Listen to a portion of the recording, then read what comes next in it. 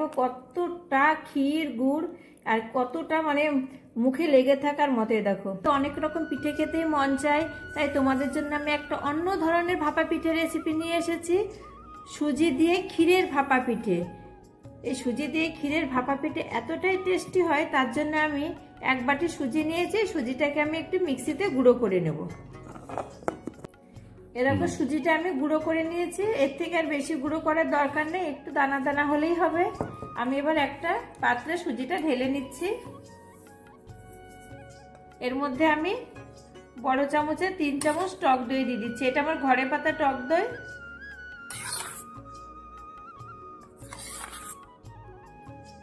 এবার খুব ভালো করে মিশিয়ে নেব।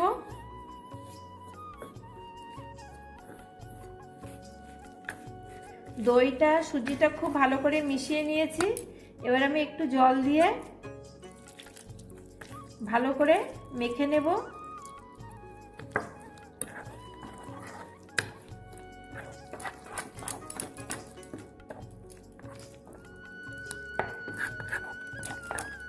এ দেখো জল দিয়ে আমি ভালো করে মেখে নিয়েছি। এবার আমি কিছুক্ষণ রেস্টে রেখে দিচ্ছি, এই 5-7 মিনিট মতো রেস্টে রেখে দিচ্ছি। আমি পিঠের জন্য ক্ষীরটা তৈরি করে নেব। একটা প্যান বসিয়েছি, দেখো আমার ক্ষীরটা তৈরি করাই আছে, আর একটু আমি শুকিয়ে নেব ক্ষীরটা। প্যানে আমি ক্ষীরটা দিয়ে দিচ্ছি,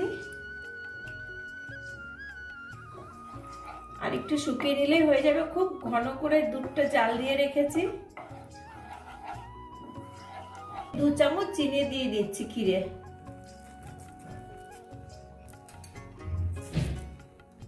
আর খুব ভালো করে একটু শুকিয়ে নেব।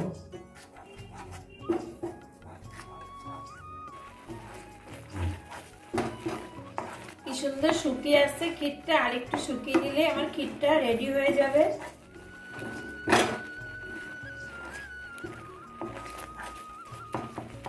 এই ধরনের ক্ষীরের ভাপা পিঠে একবার অন্তত তোমরা করবে অবশ্যই বাড়িতে, জানাবে কতটা টেস্ট হয় খেতে।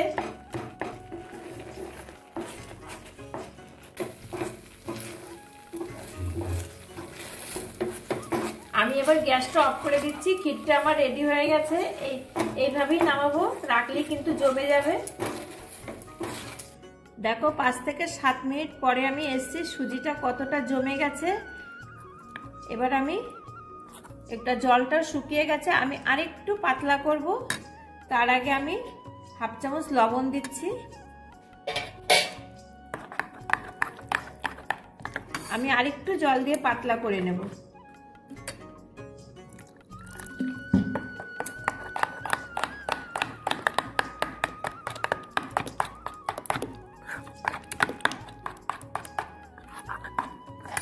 এইরকম পাতলা হলেই হবে, আর পাতলা করার দরকার নেই। এইরকম থিকনেসটা দেখো, দেখে নাও।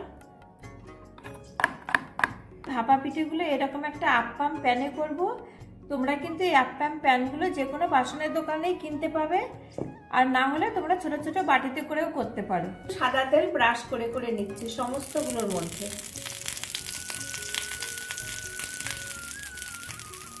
ব্যাটারটা দিয়ে দিচ্ছি।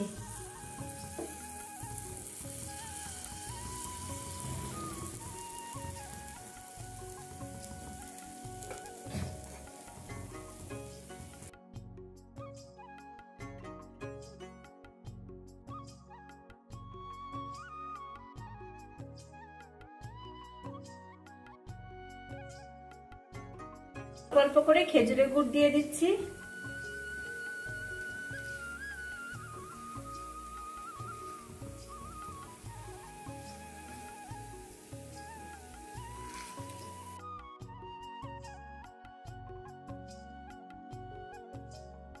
এর উপরেই আমি অল্প অল্প করে ক্ষীর দিয়ে দিচ্ছি।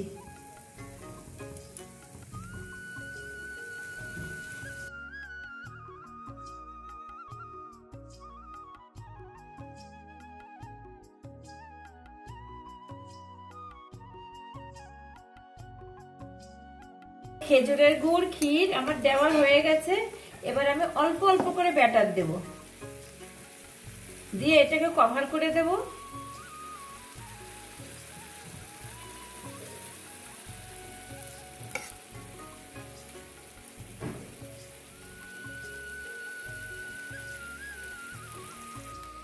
এ দেখো আমি ব্যাটার দিয়ে দিয়েছি, এবার আমি ঢেকে দেব।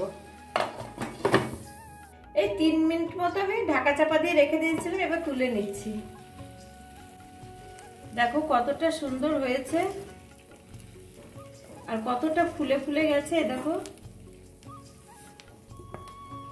কি সুন্দর হয়েছে আর কতটা ফুলে উঠেছে।